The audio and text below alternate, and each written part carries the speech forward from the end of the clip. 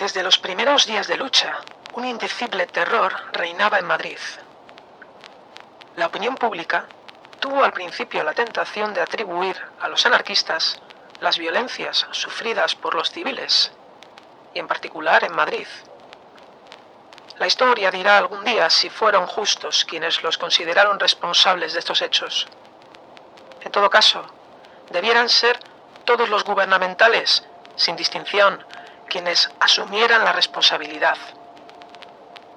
Tenemos que subrayar que mientras que en Cataluña los anarcosindicalistas, que constituían la casi totalidad de las fuerzas obreras, lucharon en masa contra Godet y han ido en número considerable a luchar al frente de Aragón, en Madrid, esas mismas fuerzas obreras se han negado a marchar al frente en su mayoría, cuando no en su totalidad, previendo una futura lucha contra socialistas y comunistas tras el triunfo del Frente Popular. Los anarcosindicalistas se cuidaron de hacer acopio de armas y municiones para la lucha final y para limpiar la capital de la República de fascistas más o menos auténticos en primer lugar, de republicanos en segundo lugar e incluso de los marxistas. Los periódicos socialistas y comunistas, sintiendo la misma preocupación que a Prieto le hacía perder el mando único, empezaron a aconsejar amistosamente el envío de sindicalistas al frente y el fin del terror. Esos periódicos proclamaban en grandes sueltos y titulares muy visibles: ni un solo fusil lejos de la línea de fuego, todas las balas contra el enemigo, se necesita seguridad en la retaguardia. Puede uno darse cuenta por la prensa de Madrid y por las emisiones radiofónicas de Barcelona de cuánto inquietaban a la población y a los dirigentes aquellas milicias armadas de la retaguardia. Hasta el 7 de octubre, la emisora de Barcelona continuó dirigiéndose a los milicianos armados, a los que exhortaba a ir al frente en lugar de ser una continua amenaza para la tranquilidad de la población civil. Observaciones y medidas tan inútiles como las del señor Prieto, quien sin desmoralizarse predicaba una teoría análoga en los artículos diarios con que inundaba la prensa. En efecto, tal y como muestran con elocuencia las exhortaciones de los periódicos gubernamentales, en la retaguardia reinaba el terror desde el principio de la lucha. Patrullas de milicianos comenzaron a practicar detenciones en domicilios o en la calle, en cualquier lugar donde pensaran encontrar elementos enemigos. Los milicianos, al margen de toda legalidad, se erigían en jueces populares y hacían seguir aquellos arrestos de fusilamientos. Pronto se hizo corriente en retaguardia una frase trágica: se llevaban a alguien a dar un paseo. Pasear a todo sospechoso o todo enemigo personal se convirtió en el apasionado deporte de los milicianos de retaguardia. El gobierno hizo un esfuerzo y las primeras noches intentó detener aquellas patrullas sanguinarias, haciendo circular por toda la ciudad numerosos coches de guardia de asalto. Durante algunos días llegó a reducir el número de ejecuciones, pero poco después volvían a perpetrarse. Los guardianes de la ley se mostraban indiferentes o impotentes ante el número de verdugos que cumplían tan odiosa labor. Al principio se persiguió a los elementos fascistas. Luego la distinción se hizo borrosa. Se detenía y se fusilaba a personas pertenecientes a la derecha, luego a sus simpatizantes. Más tarde, a los miembros del Partido Radical del señor Lerroux. Y luego, error trágico o venganza de clase, da igual, se incluyó a personas de la izquierda republicana, como el infeliz director de un colegio para muchachos, el señor Susaera, hijo de un exdiputado radical socialista. Cuando se comprobaban aquellos errores, se echaba la culpa de los asesinatos a los fascistas y se continuaba. Los muros y tapias de la casa de campo, cuartel general de las milicias, pudieron sentir, apretados contra ellos, los míseros y trémulos cuerpos de gente aterrorizada para la cual fueron el último contacto con la vida.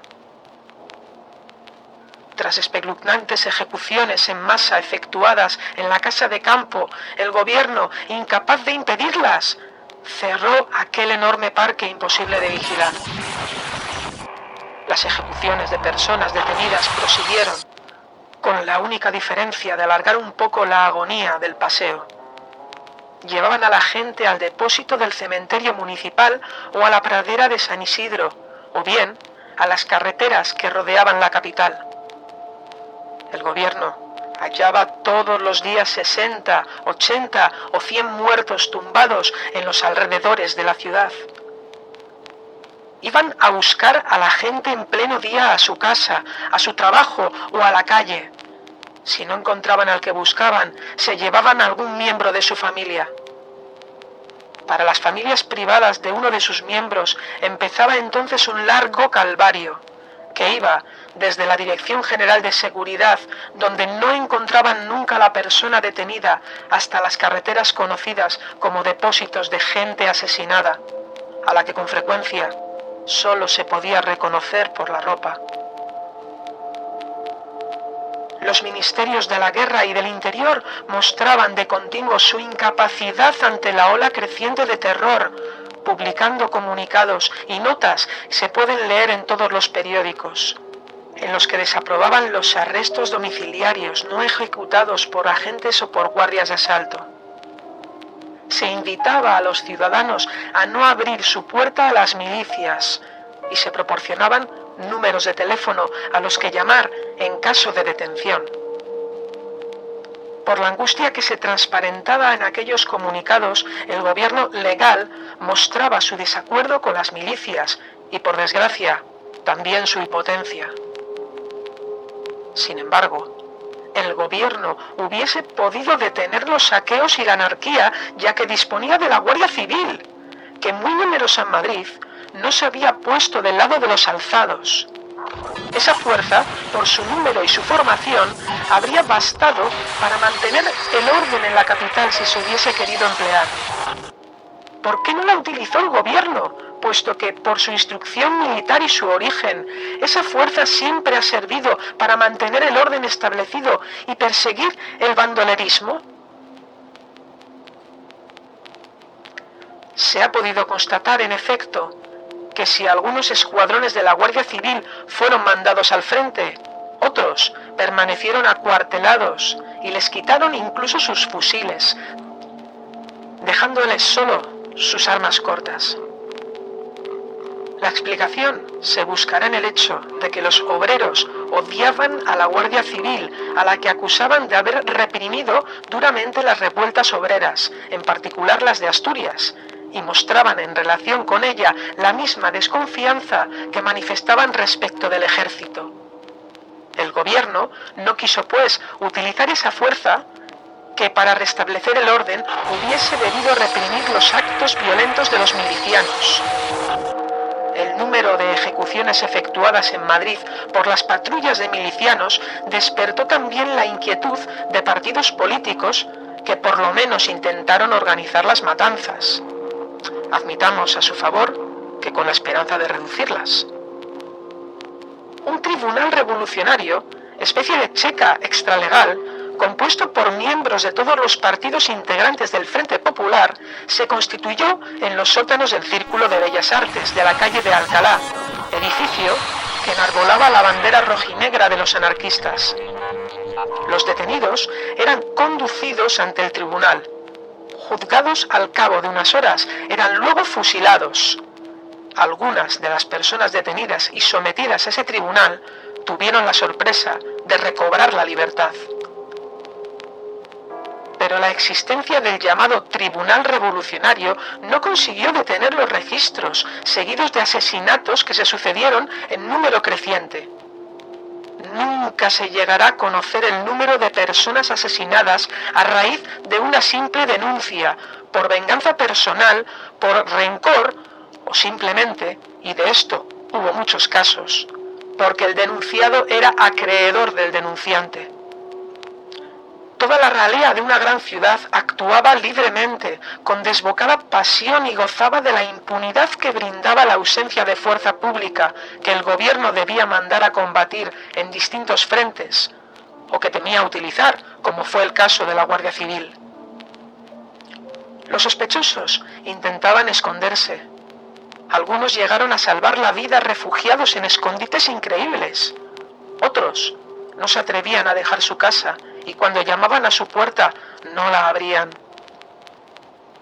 Una tropa, de la que los periódicos alababan la actividad, llamada Escuadrilla del Amanecer porque empezaban su triste labor a la 1 de la madrugada, efectuaba registros y arrestos.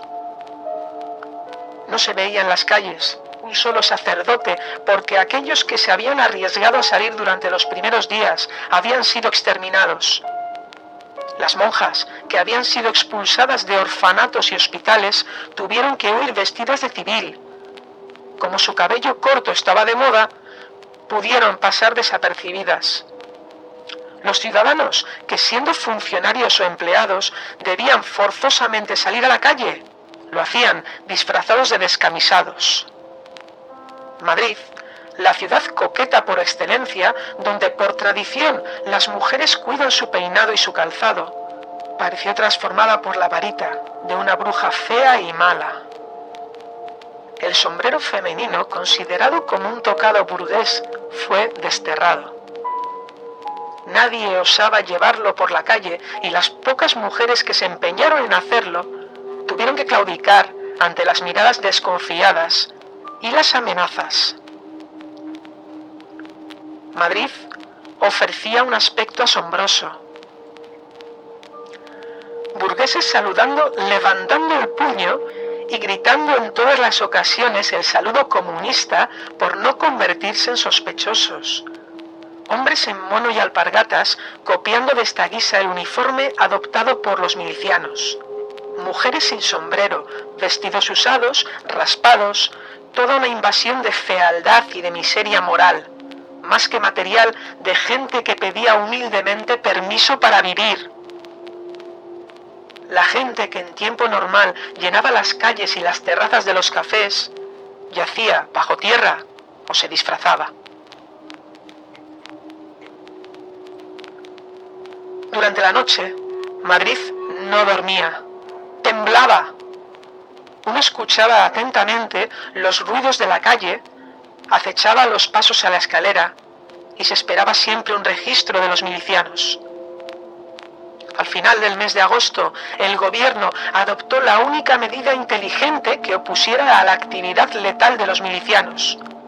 Abolió el servicio de serenos y ordenó que todos los vecinos guardaran la llave de sus casas, que éstas se cerraran a partir de las 11 de la noche, que los porteros no abrieran la puerta a nadie y telefonearan a la policía si las violentas llamadas indicaban que se trataban de milicianos pretendiendo entrar.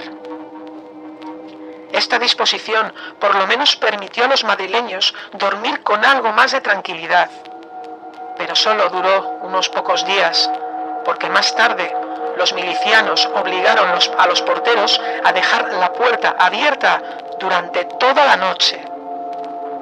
De día, Madrid ofrecía el aspecto inquieto y febril de las ciudades que pasan por una revolución. Cortejos de niños circulaban cantando canciones revolucionarias al ritmo del estribillo. Como obedeciendo una consigna, se repartían entre los niños armas de juguete. Incluso los bebés, en los brazos de sus madres, levantaban un pequeño fusil o una pistola. Al anochecer, las tropas revolucionarias llenaban las calles del centro. Milicianos montados en camiones trepidantes enarbolaban toda la suerte de tocados donde predominaba el rojinegro anarquista y llenaban Madrid con sus gritos. Cantaban también a coro estrofas de guerra y de matanzas, todo ello amenizado por el estribillo. La gente se estremecía. Adivinaba que aquellas incursiones callejeras señalaban el principio de los registros, que ese coro rabioso, ruidoso y terrorífico, cuando alcanzara su punto de excitación, se desperdigaría por Madrid en pequeños grupos que irían por todas partes a pasear pobre gente entregada por la pasividad gubernamental a aquellas bestias feroces. Las calles se mostraban casi desiertas, los taxis habían sido retirados de la circulación, los coches privados habían desaparecido, habiéndose apoderado de ellos los milicianos desde el primer momento. Circulaban paseando milicianos y milicianas que apuntaban sus fusiles y sus revólveres contra los paseantes o las ventanas de sus casas. Madrid tocaba el fondo del mal gusto y la desorganización. En los elegantes edificios de las principales calles, enormes pancartas anunciaban que estaban destinados al uso de los distintos y numerosos grupos, secciones, organizaciones y células obreras. Las ventanas y los balcones eran ocupados todo el día por grupos de milicianos que charlaban sin el menor recato.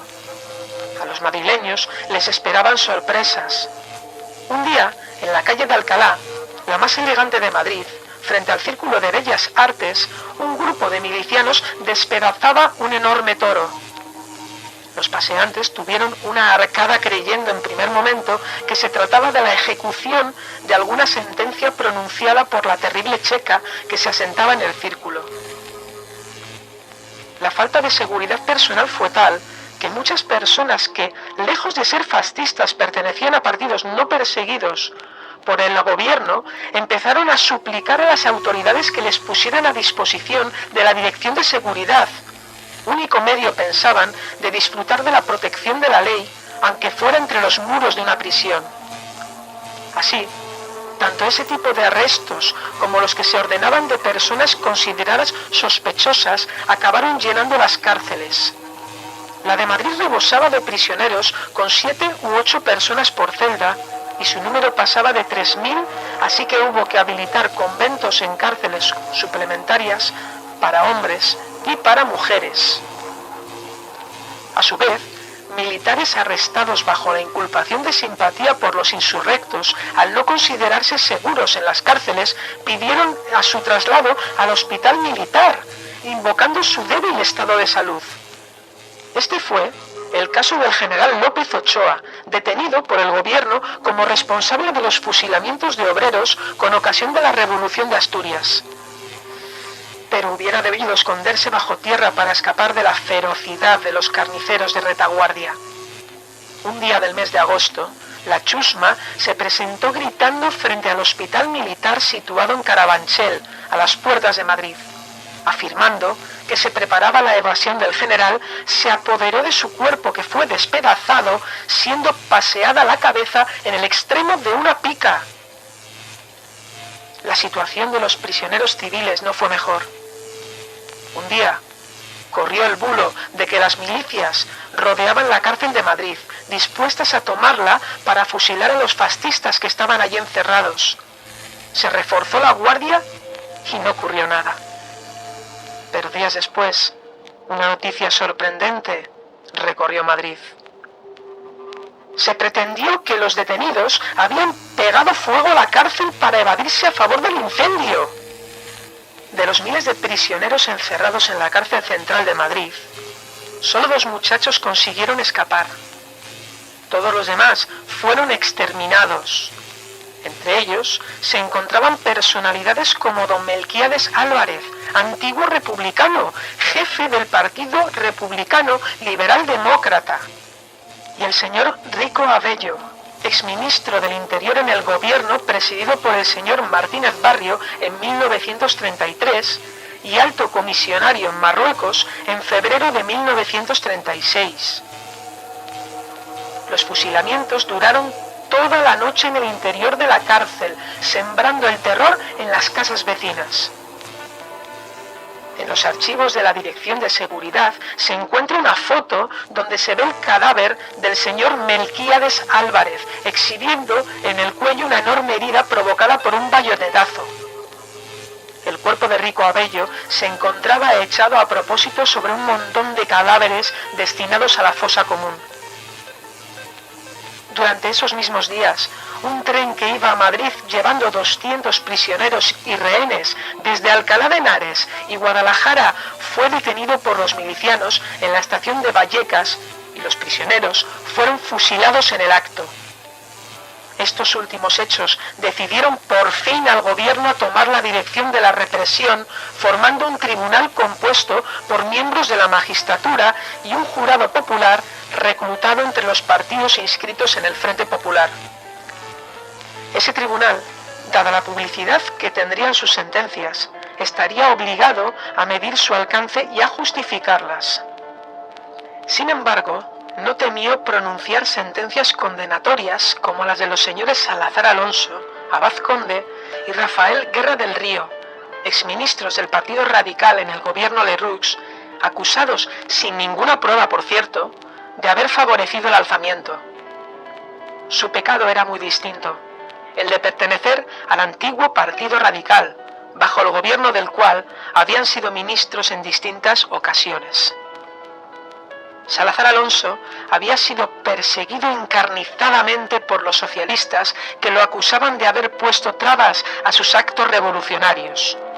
Murió en plena juventud y pese a sus errores políticos, si es que cometió alguno, claro, conservó siempre su temperamento generoso y cordial.